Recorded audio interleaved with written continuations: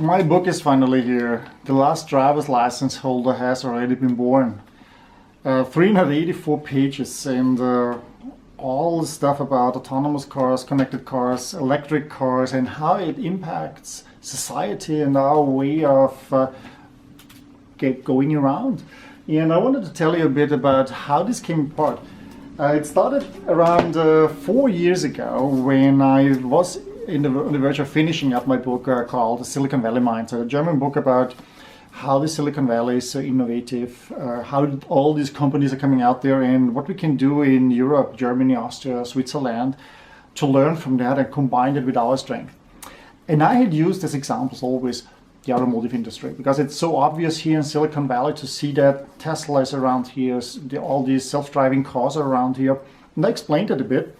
And when I was around Christmas 2015 preparing the website for this book, I wrote one article that was called German Innovation Problems by Comparing Tesla versus Porsche. And kind of I hit the note with that because a lot of people responded to that. I had 20,000 hits within 3 days, 70 comments on that. And I thought, oh, that's something that's interesting for people. So maybe we should focus on that more and write a book. And so I went ahead and decided to, how could we make that? How can we make a book about that? And I spoke to my publisher, Sebastian Grebe from Plassen, and he was skeptical at the beginning. I saw from his reaction he was not really convinced, and it's understandable because normally a book about one industry is not really that interesting because we're specialized. But it turns out that the automotive industry is a super important topic in Germany, and not only in Germany but also across the world. Everyone has experienced cars, has driven in a car, owns a car, has an opinion about cars. So I started writing on the book, and while I was researching that, I figured out, oh my God, this is much farther than we thought. There's much more going on. And so I scrambled quickly to figure out all these things, write that together. And it was changing so much. There was so much dynamics that I didn't really know what the structure should be. It changed multiple times. Am I already done with it or not? So I kept pushing out the publishing date. And then I made a cut and said, okay, now it is done. It has to get out, even if there's still a lot happening.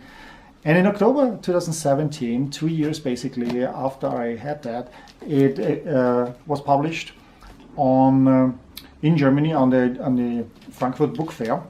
And as I happened to be in Frankfurt, in this area at this time, I got an invitation by Sebastian to just attend the conference. I've never been at the book fair. And it's like a child, getting locked in a candy store. I was walking around for like 8 hours non-stop through all the halls, all the floors, all the book sellers and book printers and everyone involved in the business, and felt really excited but super tired. And in the evening, I was already kind of vague about going to the the booth party that the publisher did.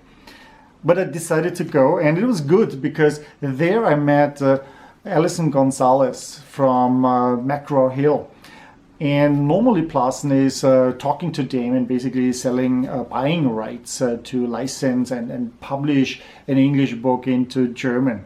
And Alison was so excited about that she pitched it to her boss, Donia Dickerson.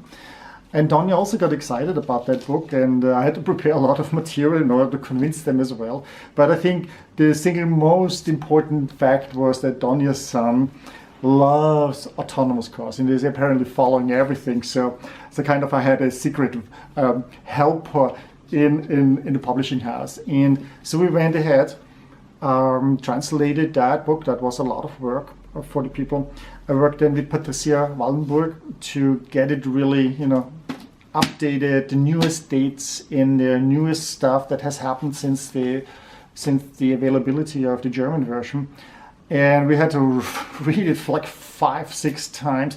It was like a zombie that you thought you had killed. The book is done, yeah, and it still sticks the hand out of the soil, and you have to kill it again. And in the end, yesterday I got a copy of the book. It's a large one. I think it's very, very detailed. I hope so for you. So if you're interested in the topic, you find 900 references, you find actual material, you may be better understanding if you had not yet gotten is autonomous cars really a solution for accidents, for traffic jams? What about electricity? Where's all the electricity coming from? Is this really more sustainable? How's the driving of that? What does it mean for the cities if you have self-driving cars that don't need to park here? What about public transport there? How does it change the design of the city? Does it actually give us back the city to humans and not to cars? So these are a number of these things that I'm talking about.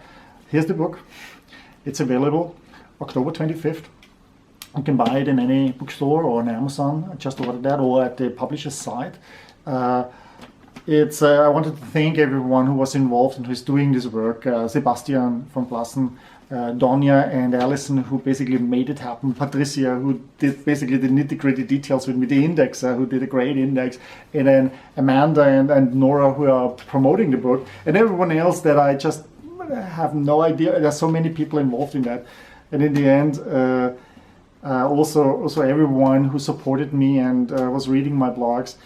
My blog, actually, The Last Driver's License Holder, is the largest one on autonomous cars at the moment. Most pictures and videos are there. And here you find the book with all the more details. So just have fun with it, enjoy it, and get inspired what the future may bring for you.